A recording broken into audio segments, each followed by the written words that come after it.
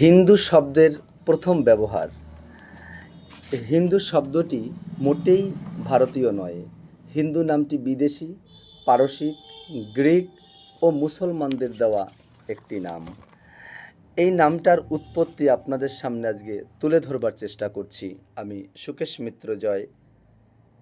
সত্যকে সন্ধান করাই আমার কাজ। সত্যকে খুঁজে বের করে সত্য আপনাদের সামনে তুলে ধরব, এটাই হোক আমার অঙ্গীকার। হিন্দু শব্দের প্রথম ব্যবহার। বর্তমান ভারতে হিন্দুরা যে হিন্দু নাম ধারণ করেছে তা নিজেদের ধর্মীয় পরিচিতিও হিন্দু করে তুলেছে, তা নিজেদের নামাঙ্কিত নয়। হিন্দু নামটি ভারতীয় শব্দ, ওয়ার্ড নয়। সংস্কৃত অর্থ তৎসম, তদ্ভব। দেশি ভাষার শব্দ ভাণ্ডারে হিন্দু শব্দটি নেই। হিন্দু শব্দটি বিদেশি, ফরাসি শব্দের অন্তর্ভুক্ত। বিদেশি বহু ভাষা থেকে প্রচুর শব্দ ভারতীয় ভাষায় শব্দ ভাণ্ডারে প্রবেশ করেছে। হিন্দু শব্দটি সর্বপ্রথম কে বা কারা কবে ব্যবহার করেছিল তার কিছু সূত্র আমরা ইতিহাস ও অতীতের গর্ভগৃহ থেকে উদ্ধার করতে পারি। ১. পারস্য সম্রাট সাইরাস 559 থেকে 530 খ্রিস্টপূর্বাব্দ ও তার পুত্র দরায়ুস 522 থেকে 486 খ্রিস্টপূর্ব পূর্ব ভারতের উত্তর পশ্চিম প্রান্তে অবস্থিত সিন্ধু পাঞ্জাব অঞ্চল দখল করে পারস্যে অন্তর্ভুক্ত করেছিলেন। সেই সময় তারা এই অঞ্চলকে হিন্দুস নামে আখ্যায়িত করেছিলেন।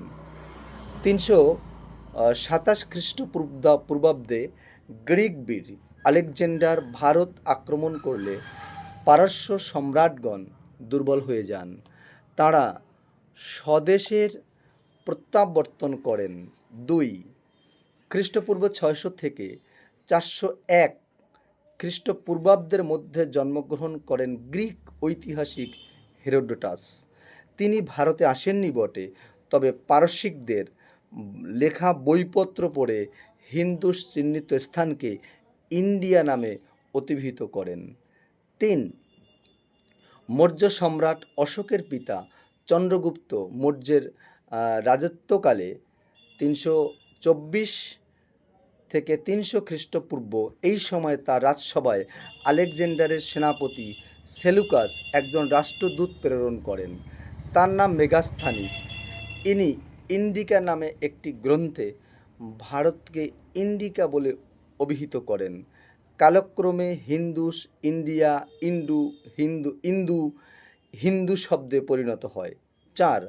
262 খ্রিস্টাব্দে খোদিত ইরানের সাসানিয়া শাসকের একটি শিলালেখেতে হিন্দুস্তান শব্দটি পাওয়া যায়। এবার 5. পঞ্চম দশকের 901 খ্রিস্টাব্দ শেষ ভাগে অজ্ঞাতনামা এক লেখক তার হুদুত আল আলম গ্রন্থে ভারতকে হিন্দুস্তান শব্দে চিহ্নিত করেছিলেন। 6. গজনির সুলতান মামুদ 1000 থেকে 1027 খ্রিস্টাব্দের মধ্যে 17 বার ভারতকে আক্রমণ ও লুণ্ঠন করেছিলেন। তার সভাকবি আল বেরুনি জন্ম 973 খ্রিস্টাব্দ রচিত কিতাব উল হিদ বা তহকক-ই-হিন্দ গ্রন্থে হিন্দু শব্দটি ব্যবহৃত হয়েছিল। গ্রিসের লেখকদের গ্রন্থে ও শিলালেখে হিন্দু বা হিন্দুস্তান শব্দ ব্যবহৃত হলেও ভারতের মাটিতে তখনও হিন্দু শব্দ ব্যবহৃত হতো না। তখনকার ভারতীয়রা বিদেশিদের দেওয়া হিন্দু নাম গ্রহণ করেননি। ভারতে আরবিয়ান মুসলমানদের শাসনকাল 1200 থেকে 1757 খ্রিস্টাব্দ পর্যন্ত। এই সময়কালে মুসলমান শাসকদের দলিল, দস্তাবেজে ও সরকারি নথিতে ভারতীয়দের কিংবা অমুসলমানদের হিন্দু জাতি হিসেবে চিহ্নিত করা হয়। মুসলমান শাসনের আগে ভারতের ভৌগোলিক ক্ষেত্রে সরকারি নথিতে, দলিলে ও বইপত্রে বা শিলালেখে, ধর্মগ্রন্থে কোথাও লিখিতভাবে হিন্দু শব্দ ব্যবহৃত হয়নি। হিন্দু শব্দ সম্পর্কে সুস্পষ্টভাবে বলা যায়, এক, শব্দটি ভারতীয় শব্দ নয়, বিদেশি, পারসি, গ্রিক, মুসলমানদের দেওয়া শব্দ।